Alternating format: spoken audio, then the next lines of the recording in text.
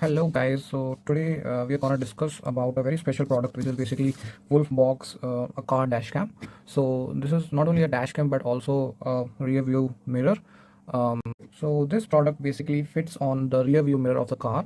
So in case you have some setup done in your car where you put your luggage in the partial tray, on the partial tray and on the boot, so if there's no space in that situation, you can definitely use such a product which can provide you clear visibility of what is behind the car. So let's unbox this product and see what it has to offer. And I've read multiple reviews about this product, so it is amazing, but let's see how it works. So let's unbox this product first and let's see what it contains. The packaging and the box quality is good. It is sturdy. I think the content is pretty much safe inside this box. All right. Okay, so there is a cushion available which is protecting basically this complete the camera setup, the rear view camera setup. Okay, so this is quite a big display, to be frank. You can compare it. It is a very good display in terms of what we need to see in the background. I think it will be very much clear in it. Okay, so this is a 12-inch Wolfbox 840H, and this comes with a primary default back camera which is attached basically to the screen itself, and the back camera is in a different unit which will be connected via cable, which will basically go into this AV port. All right, let's see what else we have. Okay, there's a wire coming out, but let's see what it is. Okay, so this is the camera that I was talking about. So this one is a back camera, and it is a very good comes in a very good casing, which is I think some metal, but also it is waterproof, which is a very good point. So it can be installed outside the car or inside the car. In both the ways it should perform the best. All right, so it comes with a port which is like this. So I think it should be visible in the camera, but it has 4-pin port. Okay, so it should be easy to install, and let's see what else we have.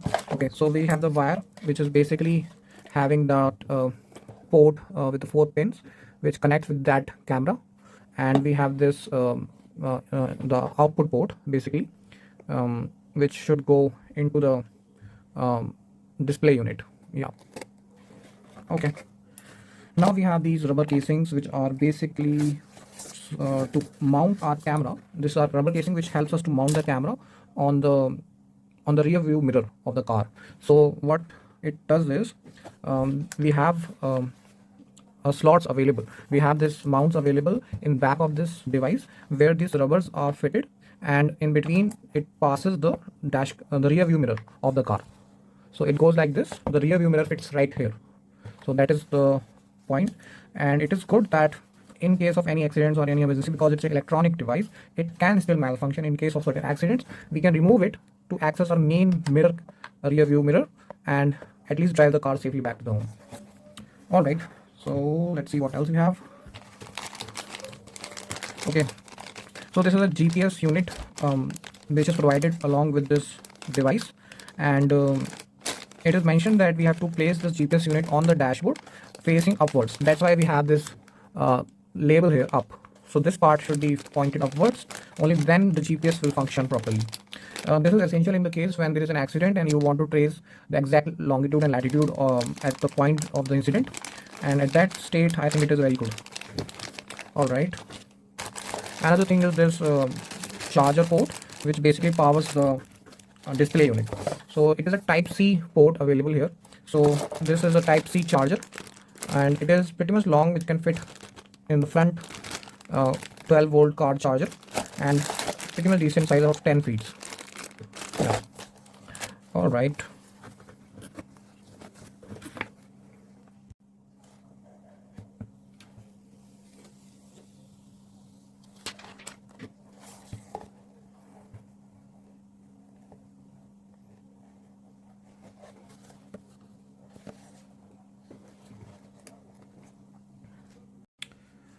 So guys, now I have powered this G840H. Okay, let's record again. Okay guys, so now we have powered this Wolfbox G840H this dash cam, I've connected the back camera as well with the same cable that we were talking about, and I placed it here just for comparing both the displays. So I pointed to the same object so that we can compare both the front camera and the back camera of the device all together. So I hope the screen is visible of this device. Okay. All right, so there are multiple functionalities to it. First of all, as soon as you power the camera, so basically we have this power button here. So as soon as we just we have to click it for 3 seconds, and it switch off and switch on via this mode. So basically now I'm going to click once again for 3 seconds. Okay, now the display is turned on, and let's see. All right, so by default this is actually using this back camera. So back camera of the car is being used by default as soon as it gets the power. And by the way, it gets the power via USB-C port, and that is also a 10-watt power. So basically a 10-watt charger can charge it and provide power to it so that it can function well. All right, so let's see. Okay, so guys, there's one more feature that it gets started. It gets start to record automatically as soon as we turn on the camera. So if you see here, we have a red icon and there's a blinker mark here as well. If you can see, it is providing the time for which it has already started recording, and which is a great thing that we know that it's recording. Okay, so let's turn on the recording first and see all the contents about the software and all the programs that we can use in it. Okay, let's start with the basic first. The basic instructions that a driver can provide to this device is a swipe. Okay, and with that swipe, we are instantly moving from front camera to back camera, and then vice versa. Okay, and this is another mode where we can switch to both the camera view together on the screen. I think it is great usability, so that driver can instantly move from one sections like the one view to the back view instantly. So guys, this is actually the primary camera of this device, which is this one basically, and this is the view that we are getting from the primary camera. And let's see the back camera, how it works. The back camera is also functioning well. All right, okay, now let's talk about something of the view and the details that we get to see on the front home screen. So the display is pretty much stable, and also the camera is providing instant time. So guys, now we are going to test about something about the fluency of this camera, and if there is any glitch between the display and the actual event that is being recorded, because this is being replaced by a mirror, right? So we want to be sure that it is providing us the exact view that mirror can provide, which is the exact event happening in the background. If there is any glitch in any way, it could lead to any accidents when we are driving on the roads. Okay, so for that we have taken an analog clock. Okay, and we're gonna check it with the main primary camera, with which I'm recording this video, and also compare it with the one which is captured by Wolfbox camera. Okay, so for that, let's check together both the views and see. So if you can see this red needle,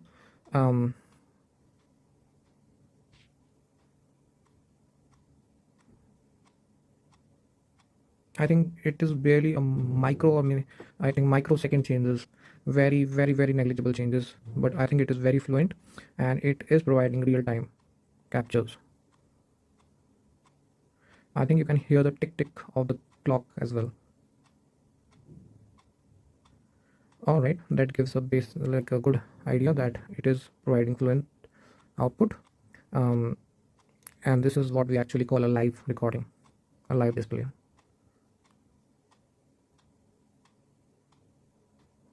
All right, now we can actually test the main primary camera as well using the same functions. So let me just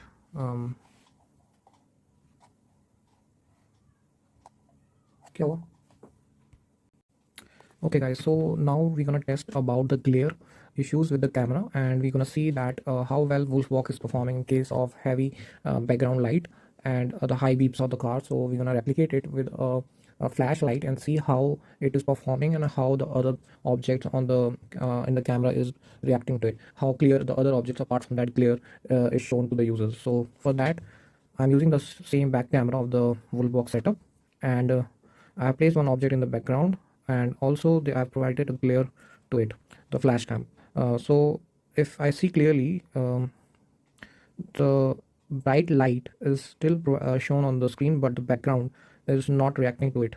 So this means that the high beams of the car won't affect the other view along with that the background, so which is pretty good. And I think the screen is still not that bright for the users, for the driver to see, even in case of very high beam and so near to the car. If you can see, the other object is also visible. Okay, yeah, I think it is pretty much stable, so I have very high hopes that on the roads it will perform well. Soon we're going to test it on the roads and provide you the footage of that as well.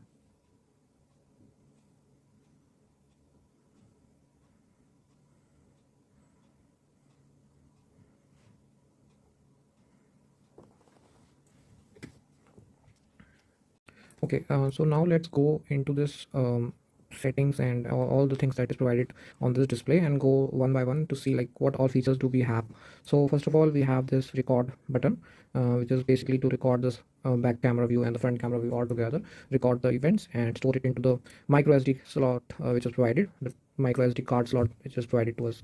So it can support from 32 GBs to 128 GBs of SD card slot as per the instructions. Okay, and going back to the second, we can capture via this button to capture the images. Then this is to record. If we want the audio to be recorded while recording the video, we can switch this or disable this by same click. This is basically the activation of microphone of this device. Then we have the brightness, which is a good thing because sometimes in the daylight we need more brightness on the screen. Okay, I think this will be handled via these two buttons, plus and minus. Okay. Then we have this recording button, so this provides us a complete list of all the events that are recorded, and we can play them. We can basically play the recordings, we can delete the recordings if not required, and we can just make sure that we have the correct recording available with us in case of any accidents. Okay, what else? Okay, now there's other options available, which is basically the swipe gesture. So this swipe gesture up and down basically helps us to see more view whichever we want, from top or bottom. So it can be adjusted like here, like this, and it can also be adjusted via this camera, which is basically movable to some angles. Okay, so I can adjust it via the camera movement as well. Okay, and I can adjust it via the swipe gesture as well. All right, and what else? Let's stop the recording. Now as soon as we stop the recording, we have the settings button available to us, and we can click on it to go into the complete settings of this device. I think the most important one will go through that. There is a Wi-Fi switch here. Okay, so this Wi-Fi switch basically will help us to connect this device to the app of Wolfbox, and that app that has more features. It can also transfer your recordings and easily provided for view in the gallery of the mobile. Then we have format SD card, which is required at the starting of this device. There's an instruction that as soon as you start the device, just format this the SD card which is provided by the company. Is pre-installed in this device. Okay. Volume setting is basically it has few instructions which is controlled, and if we want to set the volume of this device, we can set it via this option. And then there is parking mode. I think this requires an additional video, so won't cover it here. Then I think pretty much the main important stuff is here. Also there are few issues where the flickering, not the flickering. So basically this option, mirror flip of rear image, help us to flip the image in case of the installation of the camera is from the top to bottom or bottom to top. Okay, in that case we will need to flip.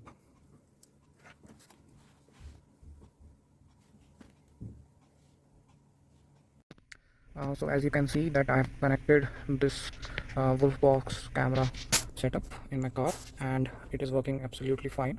So this is basically the front view, and the display is phenomenal. This is basically the dual switch view where the front and back is shown, and it is so easy for me to swipe and just control it. Also I have a feature that I can look at various angles at the back, So this is a very great feature. And also in the front I can switch to get more view of whatever I need to record, and I need to set the angles. So I think this is a great camera for me, as my car is pretty much full, the boot is full, and I don't have any space so that my rear view mirror can work. So this is a great feature, and thanks Wolfbox for making such products which are very useful for camper vans and cargo carrying cars. So thanks a lot. So as you can see that the fitment is very neat and clean, and it is fitted on the regular mirror, and it is very neat and clean. No view of the mirror shown, like every edges are overlapped, and great fitment.